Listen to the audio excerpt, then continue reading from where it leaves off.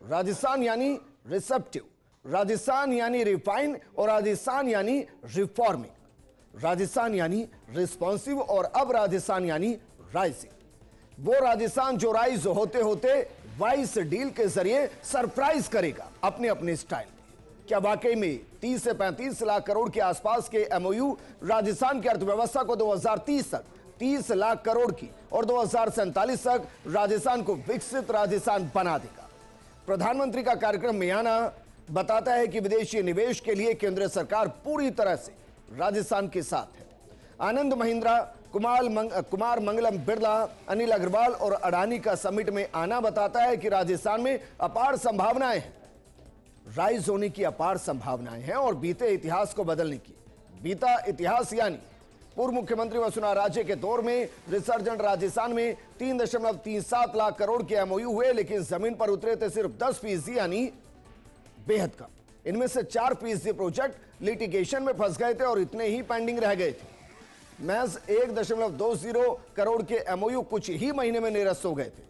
गहलोत सरकार के दौरान हुई इन्वेस्टमेंट समिट का जो हाल हुआ वो बेहद बुरा था। 12.35 लाख करोड़ के 4145 एमओयू हुए थे, जमीन पर उतरे थे सिर्फ 2% यानी 25,938 करोड़ के। 604 करार रुक गए थे, 1378 खारिज हो गए थे। निवेशकों ने यहां तक लिख दिया था कि ना जमीन मिली और ना ही इंफ्रास्ट्रक्चर। लेकिन मुख्यमंत्री वचनलाल के पास पूरे 4 साल है और इसीलिए इस समिट से उम्मीद बहुत ज्यादा है। आज बात इसी मुद्दे पर कि समिट में हुए एमओयू, सरकार की नीति और अलग अलग क्षेत्रों में भविष्य की जरूरत क्या इन एमओयू को जमीन पर लाने में सफल हो पाएगी। राइजिंग राजस्थान में जो एमओयूज हुए, जो आज का प्रोग्राम रहा, उसका क्या इंपैक्ट होने वाला है, इस पर बात करने के लिए हमारे साथ सचिन खंडेलवाल जी जुड़े हैं, जो कि उद्योगपति हैं। हमारे साथ फाइनेंस एक्सपर्ट के तौर पर राजेश कंदोई जी भी जुड़े हैं। शुरुआत करेंगे सचिन खंडेलवाल जी आपके साथ। क्या वाकई में राइजिंग राजस्थान को राइज करेगा और इसकी हमें उम्मीद नहीं करनी चाहिए, बल्कि पूरे तरीके से इस पर विश्वास करना चाहिए कि हां यह मुमकिन है? और जो एमओयूज हुए, क्योंकि उसमें मैक्सिमम जो एमओयूज हैं वो माइनिंग सेक्टर या कहीं की खनन और इसके साथ एनर्जी, ऊर्जा क्षेत्र में हुए हैं, जिसके राजस्थान में अपने आप में अपार संभावना है। आपको लग रहा है कि सही दिशा में? सचिन जी, देखिए कि बड़ा ही शुभ मौका है राजस्थान के लिए और 3 दिन का एक बहुत बड़ा इवेंट है 9, 10, 11 और उसके हम सब साक्षी बन रहे हैं। ये हम सब के लिए बड़ी बात है। आज पूरे दिन से मैं वहाँ था, उपस्थित था और जिस तरह के उद्योगपतियों के सबने सारे चैनल्स पे आए हैं, आपके चैनल्स पे प्रेफरली बहुत अच्छा कवरेज दिया है उसका। सारे उद्योगपतियों के आपने जिस तरह से लाइव शो दिखाए हैं और उनके कमिटमेंट्स दिखाए हैं, आप देखिए बड़ी बात कि उन्होंने जाके स्टेज पे कमिटमेंट्स दिए हैं, चाहे अग्रवाल साहब से लें, तो अग्रवाल महेंद्र जी से लें या किसी और से भी लें, तो कमिटमेंट की बात है। जहाँ तक आपने बात कही माइनिंग और स्पेसिफिकली पावर सेक्टर में, नो डाउट, जैसा अग्रवाल साहब ने भी कहा था कि इंडिया में, अगर इवन इंडिया में नहीं विश्व में, जो राजस्थान है वो माइनिंग के क्षेत्र में बिलो दी अर्थ जो बात करते हैं, वो अंडर दी अर्थ की बात करते हैं। बहुत बड़ी संभावना है, बहुत सारे खनिज और मिनरल्स हमारे पास में अवेलेबल है। और पिछले कई सालों से हम देखते हुए आ रहे हैं जिस तरह से हिंदुस्तान जिंक को जब वेदांता ग्रुप ने लिया और उसको एक लेवल पे प्राइवेटाइजेशन करके एक लेवल पे जो लेके गए और उसको पूरे विश्व में एक अलग परचम लहरा दिया उसका, वो अपने आप एक मिसाल है। पावर के सेक्टर में हम देख ही रहे हैं कि कितना बड़ा हमारे पास में जो ज़मीन थी, जो बंजर ज़मीन थी, जो किसी काम की नहीं थी, वो पावर सेक्टर में वो एक बड़ी ज़मीन का उपयोग किया गया है। और आज राजस्थान अपने आप में पावर इंडिपेंडेंट स्टेट की कगार पर है। हम जानते हैं ये सब मुमकिन तब हो पाया है जब ये एक सरकार की पूरी भागीदारी रही है। पिछले सरकारें चाहे थी जो भी, अब आप एमओयू की बात करते हैं, मैं फिगर्स पे नहीं जाऊंगा, एमओयू कितने भी हुए, कम हुए, ज़्यादा हुए, लेकिन उनसे एक माहौल बनने की कोशिश हुई।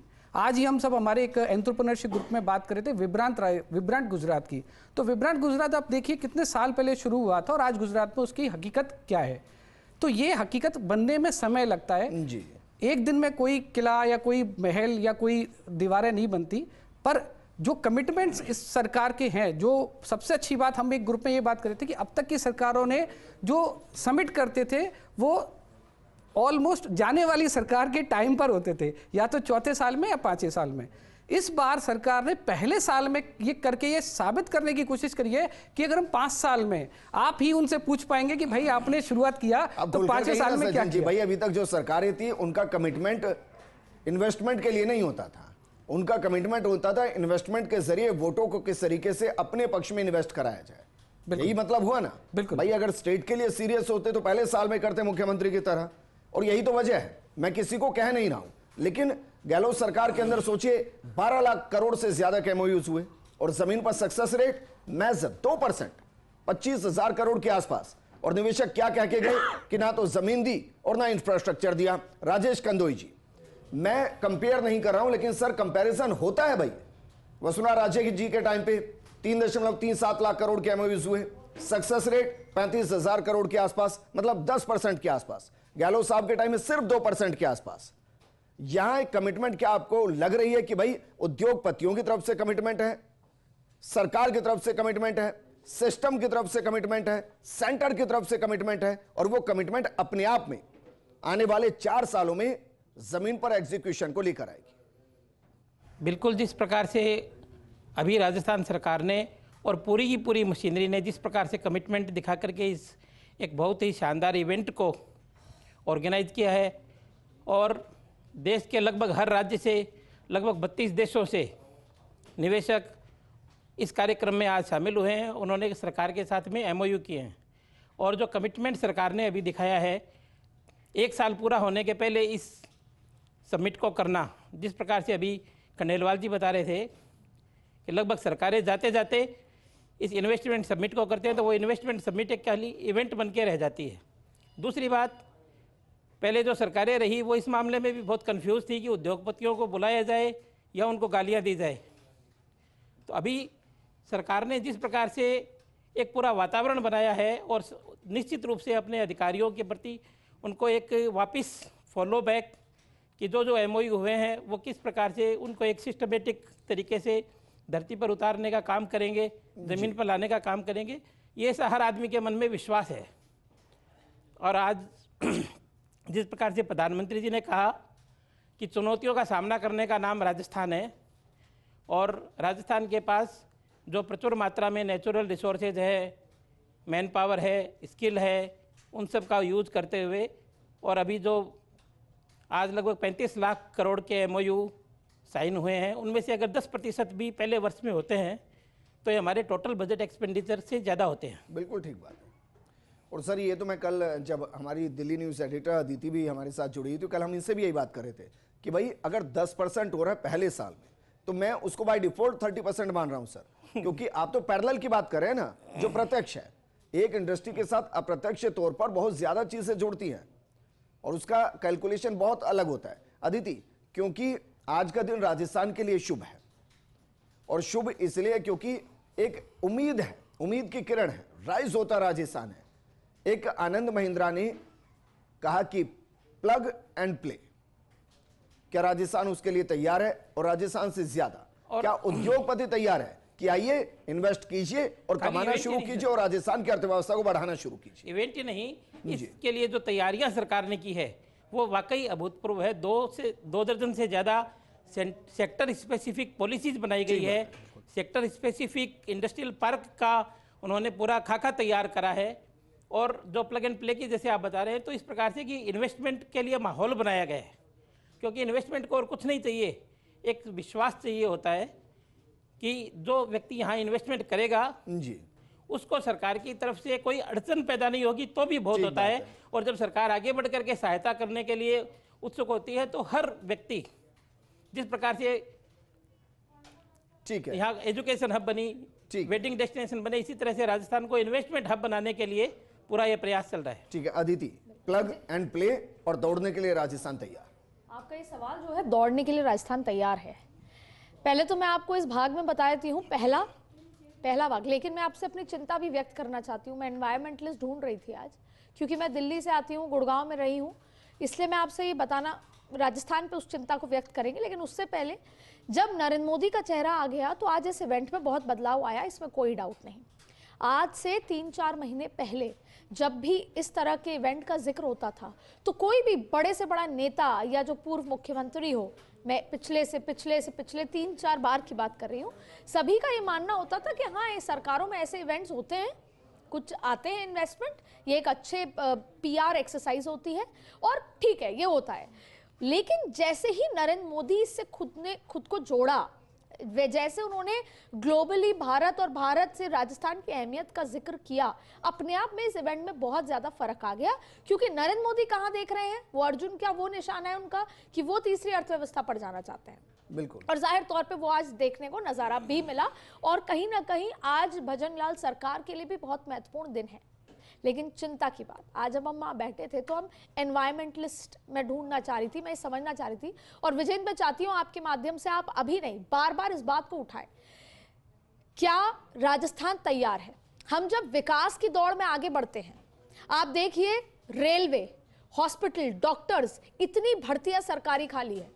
हम ये हर बार हर सरकारें 1 लाख नौकरी का जिक्र करते हैं, प्राइवेट देंगे, सरकारी देंगे, और सालों साल 5-5 साल वो खाली रहती हैं भर्तियां, टीचर की भर्तियां, हॉस्पिटल की भर्तियां, लेकिन उनकी भर्ती हो नहीं पाती है। हम अभी इसको मैनेज नहीं कर पा रहे कि हमारे पास रिक्त स्थान है। अब मैं आपसे रेलेवेंट बात ये करना चाहती हूं, हम इन्वेस्टर्स को बुला रहे हैं, ज्यादा लोग राजस्थान में रहने आएंगे, जैसे ही 3 दिन बारिश हो जाती है राजस्थान की सड़कों पर पानी भर जाता है और जो सड़क पे रह रहे होते हैं वो डूब जाते हैं, या तो जिंदा नहीं रह पाते या बीमार हो जाते हैं। और ऐसे कई बार सड़कों की स्थिति देखिए, आप पोल्यूशन की स्थिति देखिए, गुड़गांव, नोएडा पिछले 2 महीने से रहने की स्थिति में नहीं रहा है। मेरा सवाल यहाँ ये है कि हम विकास के साथ साथ वो बैलेंस या ह्यूमैनिटी फैक्टर पे सोच रहे हैं कि नहीं? हमने केदारनाथ देखा, उत्तराखंड देखा, हम वहां पे रिजॉर्ट बनाए जा रहे हैं और कभी भी लैंडस्लाइड हो जाता है। तो विकास की दौड़ के साथ साथ हम इतने इन्वेस्टर्स की बात कर रहे हैं, हम कह रहे हैं कि हमारे पास खनिज पदार्थ मिनरल्स हैं, हम उसको खोद कर निकाल कर रेयर अर्थ मेटल्स भी निकाल लेंगे। लेकिन आप विजेंद्र इस बात से इत्तेफाक रखेंगे कि मुझे कहीं ना कहीं ये लगता है कि हम पहली बात तो सवाल यही है कि इसको कितने धरातल पे उतारा जाता है। लेकिन अगर उतारा भी जाता है, आपकी बात को ऐड ऑन कर रहा हूं कि इस वक्त भी जो माइनिंग सेक्टर के अंदर जो खनन के मामले वो एनजीटी के जरिए कोर्ट में अटके हुए हैं, क्लियरेंस के लिए अटके हुए हैं। बिल्कुल। तो लेकिन मैं इसमें ऐड ऑन भी कर रहा हूं कि भाई जो 30 लाख के आसपास, 30 लाख करोड़ के आसपास के जो इन्वेस्टमेंट है उस पर गौर फरमाइए।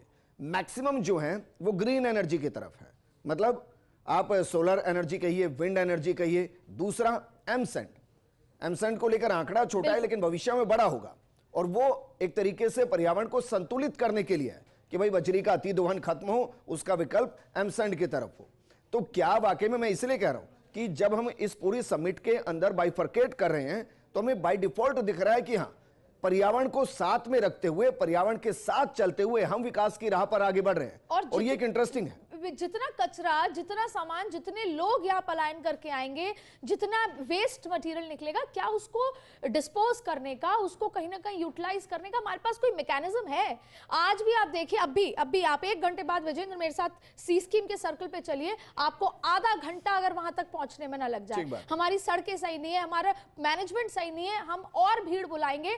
तो मैं उन राजस्थानियों के बिहाफ पे कह रही हूं कि क्या वास्तव में राजस्थानी और इस तरह की चीजें को लेने के तैयार है? विकास चाहिए, लेकिन विकास उस तर्ज पे नहीं चाहिए कि हमको मास्क पहनकर घूमना पड़े, या हम गाड़ियों में नहीं घूम सकते, या इस तरह की स्थिति हो जाए कि मारामारी हो, जॉब्स के लिए लोग हों, जॉब्स हों, लेकिन जीवन ना हो। इस तरह की भी एक मैनेजमेंट और एक सस्टेनेबिलिटी मैनेजमेंट को देखना बहुत ज्यादा जरूरी है। अभी कह रहे हैं कि भाई आलीशान मकान बनाने की तैयारी कर रहे हैं, लेकिन हम इस पर सोच नहीं रही कि वहां सीवरेज लाए नहीं लाए, पानी की लाइन लाए नहीं लाए, हर दिन जो कचरा निकलेगा उसको स्टोर करने वाला, लेने वाला कोई है या नहीं है। बिल्कुल बिल्कुल ठीक है जी। सचिन खंडेलवाल जी, भाई ये एक जेन्युइन इशू है, क्योंकि हमें ये सोचना पड़ेगा, आज नहीं तो कल सोचना पड़ेगा।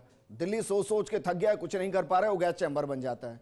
लेकिन जो राजस्थान है उसमें 2 चीजें मुझे बहुत अच्छी लगती है। पहला, क्षेत्रफल, हिंदुस्तान में सबसे बड़ा क्षेत्रफल है। उसमें इंटरेस्टिंग यह है कि पॉपुलेशन उसमें सिर्फ 1% के आसपास है, 1.5% के आसपास है, जो पूरे राजस्थान के अंदर है। यानी कि एक बड़ा स्पेस है जो बहुत वैक्यूम है हमारे पास, और जिसमें आने वाले दौर में भी हम पॉपुलेशन नहीं देखते, और वहीं से हम अपना रेवेन्यू देख रहे हैं, अर्थव्यवस्था देख रहे हैं ग्रीन एनर्जी के तौर पर। क्या आपको लगता है ये राजस्थान के लिए प्लस पॉइंट है? और अदिति जिसका जिक्र कर रहे हैं शहरों को मैक्सिमम अभी कम से कम 20-30 साल के लिए इससे दूर ही रखा जाएगा और जो इन्वेस्टमेंट है वो पूरी उधर की तरफ है। विजेंद्र जी, आपने बिल्कुल सही बोला और मैं मैम का, अदिति जी का बहुत बिल्कुल इस बात पे स्वागत करता हूँ कि विकास किस कीमत पर, विकास की कीमत कौन पे करेगा? क्या हम पे करेंगे, हमारी आने वाली जनरेशन पे करेंगी? और डेफिनेटली ये हम तो शायद में पे ना करें, लेकिन हमारी आने वाली जनरेशन जरूर पे करेंगी। लेकिन उसके लिए सोचना जरूरी है, तो उसके लिए विकास किस तरह से होना चाहिए, तो ये बहुत जरूरी है। ये भी तो अपने आप एक इंडस्ट्री है ना भाई, आप उद्योगपति हैं, बिल्कुल। उस विनाश को रोकने के लिए भी एक इंडस्ट्री पैरेलली डेवलप होती है। मैं उसी पे आ रहा हूँ। अगर आप दिल्ली की बात करें तो दिल्ली में आंकड़ा ये बोलते हैं कि शायद में दिल्ली की पॉपुलेशन में आप सबसे बड़ा रोल किसका है? अदिति, माइग्रेशन क्यों बोलना चाहिए उन उद्योगपतियों को जो अभी इस समस्या के समाधान के लिए इंडस्ट्री क्रिएट कर रहे हैं। अदिति, आपने बहुत खुलकर बोला है कि भाई ये भी एक इंडस्ट्री है। एमओयूज कुछ इस तरह भी कीजिए कि इन एमओयूज के बाद जो समस्याएं आएंगी उनको सुलझाने के लिए एक इंडस्ट्री और उसके लिए एमओयू क्रिएट कीजिए।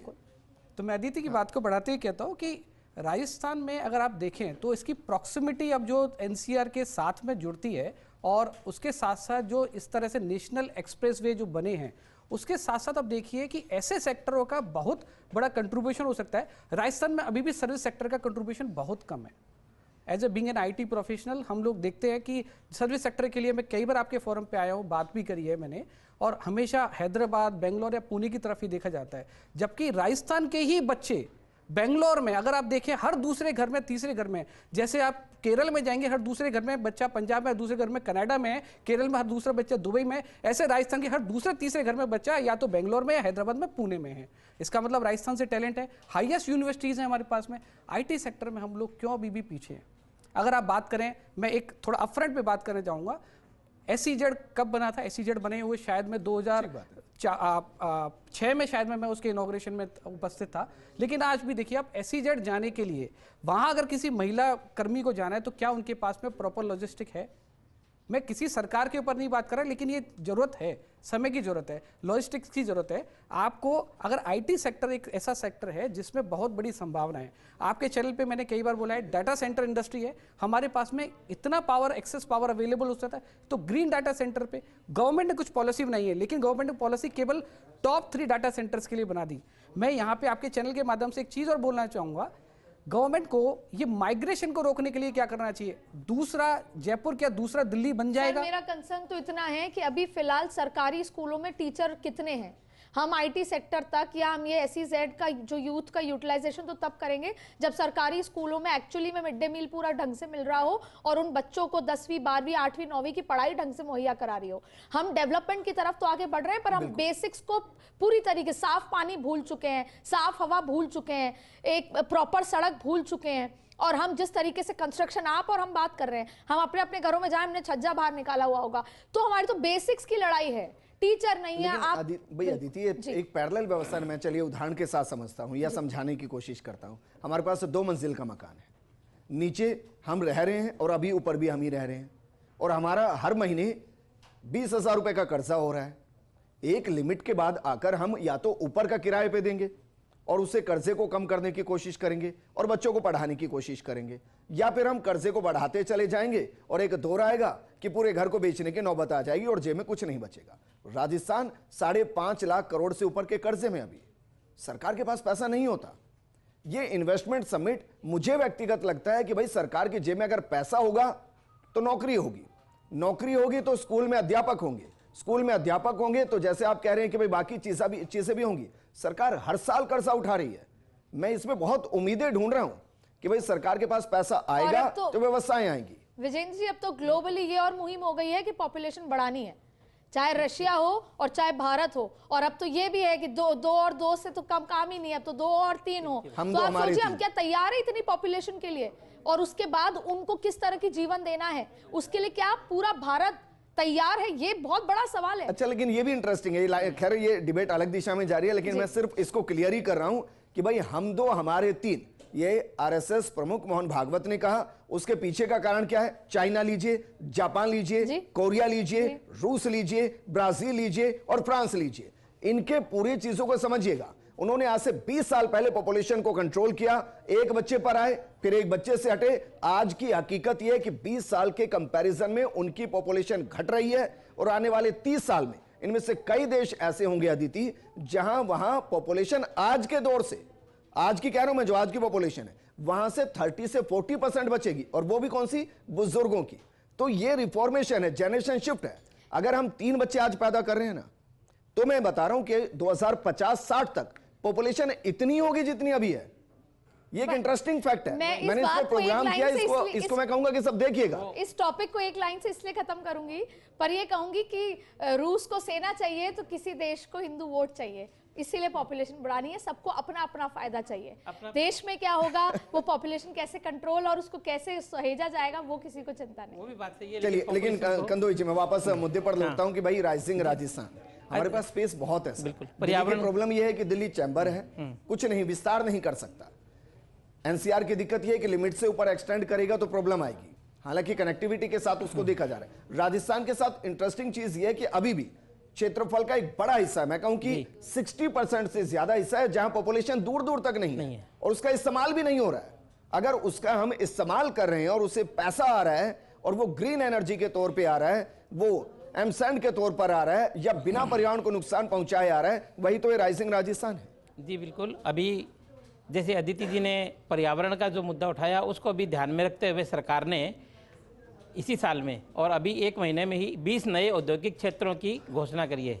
जो नए इंडस्ट्रियल एरिया डेवलप होंगे उनमें प्रॉपर एफ्लुएंट ट्रीटमेंट प्लांट और प्रॉपर सारी की सारी पर्यावरण की चिंताओं को ध्यान में रखते हुए डेवलपमेंट उनका करने की सरकार ने पूरी योजना बनाई है। और मुझे लग रहा है कि जिस प्रकार से उन्होंने एक होलिस्टिक अप्रोच अपनाई है कि डेवलपमेंट हो वो सस्टेनेबल डेवलपमेंट हो, और उसी तरफ राजस्थान बढ़ रहा है और उसी तरफ ये समिट चल रही है, तो मुझे इसमें बहुत आशाएं हैं। और यह भी मुझे पूरी आशा है कि पर्यावरण की सारी चिंताओं को ध्यान में रखा जाएगा। और अदिति जी ने एक बहुत महत्वपूर्ण बात करी कि पर्यावरण को संतुलित करना भी अपने आप में एक इंडस्ट्री है, तो उसके ऊपर भी इन्वेस्टर्स का बहुत ध्यान आएगा मुझे लगता है। ठीक है अदिति, क्योंकि मुझे प्रोग्राम क्लोज करना है, मैं तीनों से ही एक ही सवाल कर रहा हूं, क्योंकि पहले साल की इन्वेस्टमेंट समिट है, सक्सेस रेट इसका कितना आपके हिसाब से हो सकता है? अदिति एक आंकड़ा। देखिए 4 साल बचे हैं और उसमें कोई दो राय नहीं है, जैसे मैंने अपने पहले स्टेटमेंट में कहा था, क्योंकि यहाँ पे नरेंद्र मोदी हैं और नरेंद्र मोदी ने जब सोच लिया है कि उनको अपनी 5वीं से दूसरी अर्थव्यवस्था पे जाना है, और ऐसा नहीं है कि उनको विपक्ष को दिखाना है या भारत में प्रूव करना है, उनको ये वैश्विक स्तर पे दिखाना है कि भारत दूसरी अर्थव्यवस्था पर है, क्योंकि वो ग्लोबल लीडर के तौर पर आगे बढ़ रहे हैं। और इस बात को state make the nation, states make the nation, और राजस्थान में जैसा कहा कि अपार क्षेत्रफल के हिसाब से भी और उसके मिनरल्स और उसकी पर सवाल बस आखिरी बात कितने परसेंट परसेंटेज मत पूछिए, मैं थोड़ा कम बताऊंगी, लेकिन फिर भी मुझे ऐसा लगता है कि 4 साल है तो 20 से 22, 23, 25% भी हो जाता है तो बहुत अच्छा है। लेकिन मैं अगर इतना हो गया ना अदिति, तो भी देश के टॉप 5 स्टेट के अंदर राजस्थान आ जाएगा, जिसने कोई सबमिट की हो और इन्वेस्टमेंट आया। और 25 का मतलब होता है कि लगभग 10 लाख करोड़ से ज्यादा की इन्वेस्टमेंट है। राजेश कंदोई जी, एक आंकड़ा बस, एक आंकड़ा। किसान जो बेचारे आए हुए हैं, मैं चाहती हूँ इस ग्रोथ के साथ साथ उन किसानों को भी जो आज सड़क पे खड़े हुए हैं, अभी भी बॉर्डर पे खड़े हुए हैं, इस इन्वेस्टमेंट और इतने बड़े हम जो कर रहे हैं उसमें किसानों का सोचा जाए, क्योंकि भारत राजेश कंदोई जी एक आंकड़ा। राजस्थान प्रोग्राम को लेकर मैं 100% उसकी सक्सेस के लिए आशान्वित हूँ। सचिन खंडेलवाल जी, मैं भी राइजिंग राजस्थान की मैं आपके चैनल के माध्यम से एक बात कहना चाहता हूँ, इसकी परसेंट बिल्कुल 100% हो जाएगी। बस एक चीज़ जो है करने की जरूरी है, वो है इस समिट को आप छोटे छोटे डिस्ट्रिक्ट में ले जाके MSME